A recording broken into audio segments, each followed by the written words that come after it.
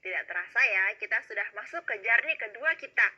Di journey kedua ini, kita akan sama-sama belajar mengenai kebahasaan dalam teks eksposisi.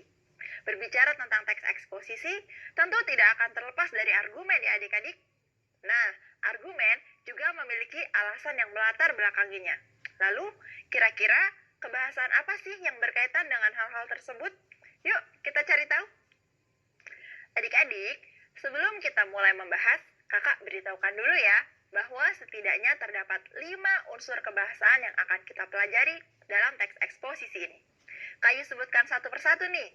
Yang pertama, ada kalimat fakta dan opini. Yang kedua, tentang istilah. Ketiga, adjektiva. Selanjutnya ada kalimat transitif dan intransitif. Dan yang terakhir, mengenai gagasan pokok dan penjelas. Banyak ya adik-adik? Eits, tapi tenang, karena kakak akan membahasnya satu persatu.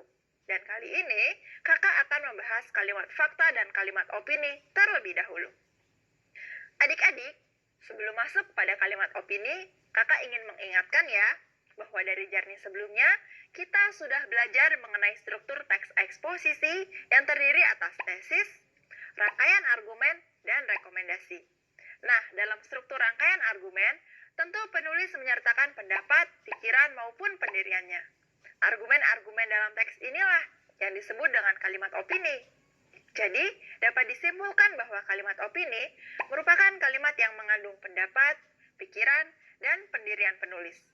Kalimat opini juga punya ciri-ciri loh adik-adik, yaitu pertama, bersifat subjektif dan biasanya disertai dengan pendapat, saran, dan uraian yang menjelaskan. Kedua, bersumber dari pandangan pihak yang berpendapat. Selanjutnya, sulit dibuktikan kebenarannya. Kemudian yang keempat, menunjukkan peristiwa yang belum pasti terjadi. Dan yang terakhir yaitu tidak mengandung data-data kuantitatif atau data berbentuk angka.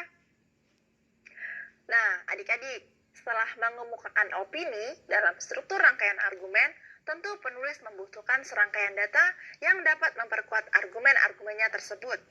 Nah, data-data ini tentunya merupakan fakta. Dengan kata lain, kalimat fakta merupakan kalimat yang di dalamnya terdapat sebuah informasi yang dapat dibuktikan kebenarannya, atau disebut juga faktual. Kalimat fakta itu sendiri, ciri-cirinya cukup banyak adik-adik. Di antaranya, yaitu yang pertama, dapat dibuktikan kebenarannya. Yang kedua, berisi data-data yang akurat. Dan ketiga, sifatnya kuantitatif. Misalnya, berupa angka, baik waktu, tanggal, tempat, dan yang lainnya. Yang terakhir ini berasal dari sumber yang terpercaya, yang bersifat objektif. Dan dapat juga menyatakan kejadian yang sedang atau telah dan pernah terjadi.